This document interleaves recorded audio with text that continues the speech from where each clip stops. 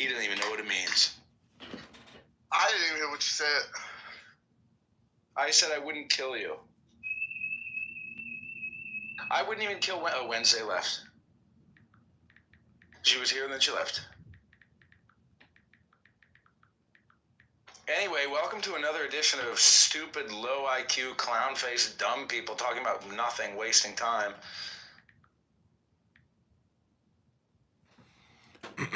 Okay, so I'm gonna read from this book. It's called Liber Aleph. It's Aleister Crowley. It's the Book of Wisdom or Folly.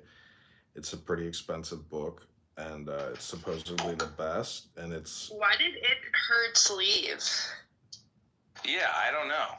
Because the guy seems stupid. You may think he's dumb and low IQ, but technically everybody's just here for the dopamine. Right, he's just here for the dopamine. I love the dopamine. It dopes me up.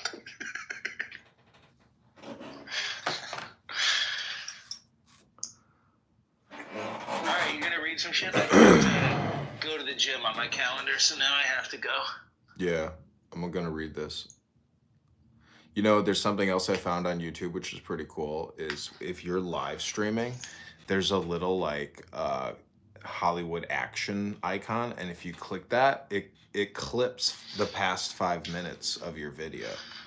It's pretty interesting. Really? That is a good feature. So it technically creates a new video of 5 minutes. So if you go for 5 minutes... You don't have to edit, but if your videos were 5 minutes each instead of 2 hours... that would be easier to consume. I know. From an audience. Coming off of these, like, could you technically like train an AI to like just make content for you with your content? Okay, this is stupid people talking about nothing, wasting time. This isn't stupid, because I know that they use AI to make fake news stories for like a long time, because you'd always find these like... Let me help you out there, Danny. Okay, this is called De Somnis. Yeah, sorry, Danny. Like, this is actually like a meditation reading room, and I'm not gonna waste the time listening to Abraham talk about AI, concepts and thoughts. This is De Somnis Vestimenta Horroris. Now then, if in a dream the will be always triumphant, how cometh it that a man may be ridden of the nightmare? And of this the true explanation is that in such a case the will is in danger, having been attacked and wounded or corrupted by the violence of some oppression. Thus the consciousness of the will is directed to the sore spot as in pain, and seeketh comfort in an externalization or shew of that antagonism. And because the will is sacred, such dreams excite an ecstasy of frenzy, of horror, fear, or disgust. Thus the true will of Oedipus was toward the bed of Jocasta, but the taboo, strong both by inheritance and by environment, was so attached to that will that his dream concerning his destiny was a dream of fear and of abhorrence, his fulfillment thereof even in ignorance, a spell to stir up all the subconscious forces of all the people about him, and his realization of the act a madness potent to drive him to self-inflicted blindness and fury-haunted exile. De somnis sequentia. Know firmly, O my son, that the true will cannot err, for it is thine appointed course in heaven, in whose order is perfection. A dream of horror is therefore the most serious of all warnings, for it signifieth that thy will, which is thyself in respect of its motion, is in affliction and danger. Thus thou must instantly seek out the cause of that subconscious conflict and destroy thine enemy utterly by bringing thy conscious vigor as an ally to the true will.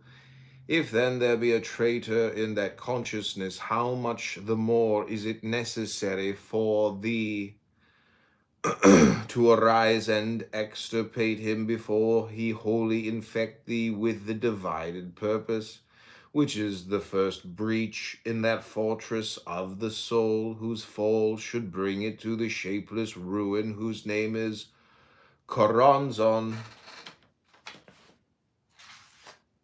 De somnis clavicula.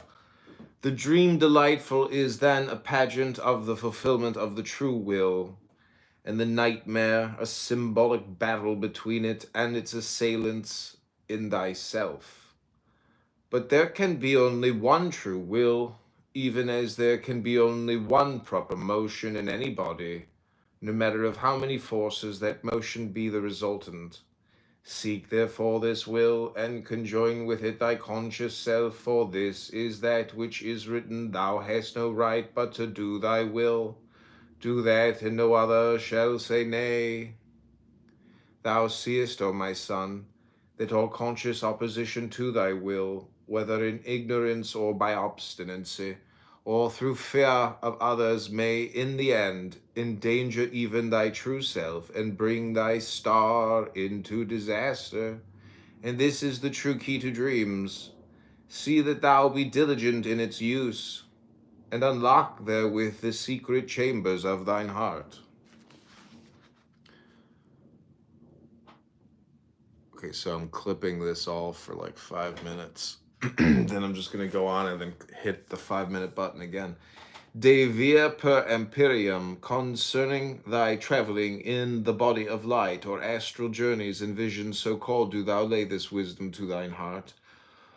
O my son, that in this practice, whether things seen and heard be truth and reality, or whether they be phantoms in the mind, abideth this supreme magical value, namely, whereas the direction of such journeys is consciously willed, determined by reason, and also unconsciously willed by the true self, since without it no invocation were possible, we have here a cooperation or alliance between the inner and the outer self, and thus an accomplishment at least partial of the great work. And therefore is confusion or terror in any such practice an error, fearful indeed, bringing about obsession, which is a temporary, or even it may be a permanent division of the personality, or insanity, and therefore a defeat, most fatal and pernicious, a surrender of the soul to coronzon. De cultu. Now, O my son, that thou mayst be well guarded against thy ghostly enemies, do thou work constantly by the means prescribed in our holy books. Neglect never the fourfold adorations of the sun in his four stations, for thereby thou dost affirm thy place in nature and her harmonies. Neglect not the performance of the ritual of the pentagram and the assumption of the form of Horprakrat. Neglect not the daily miracle of the Mass, either by the rite of Gnostic Catholic Church or that of the Phoenix. Neglect not the performance of the Mass of the Holy Ghost, as nature herself prompteth thee. Travel much also in the Empyrean, in thy body of light, seeking ever abodes more fiery and lucid. Finally, exercise constantly the 8 limbs of yoga, and so shalt thou come to the end. De clavicula somniorum. And now concerning meditation, let me disclose unto thee more fully the mystery of the key of dreams and fantasies. Learn first that as the thought of the mind standeth before the soul and hindereth its manifestation in consciousness, so also the gross physical will is the creator of the dreams of common men. And as in meditation thou dost destroy every thought by mating it with its opposite, so must thou cleanse thyself by a full and perfect satisfaction of that bodily will in the way of chastity and holiness, which hath been revealed unto thee in thine initiation. This inner silence of the body being attained, it may be that the true will may speak in true dreams. For it is written that he giveth unto his beloved in sleep. Prepare thyself therefore in this way, as a good knight should do. De somno lucido. Now know this also, that at the end of that secret way lieth a garden, wherein is a rest house prepared for thee. For to him whose physical needs, of whatsoever kind, are not truly satisfied, cometh a physical or lunar sleep appointed to refresh and recreate by cleansing and repose.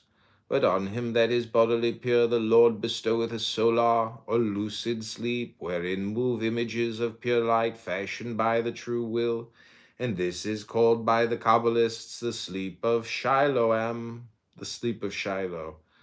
And of this doth also Porphyry make mention, and Cicero with many other wise men of old time. Compare, O my son, with this doctrine that which was taught thee in the sanctuary of the Gnosis concerning the death of the righteous, and learn moreover that these are but particular cases of an universal formula.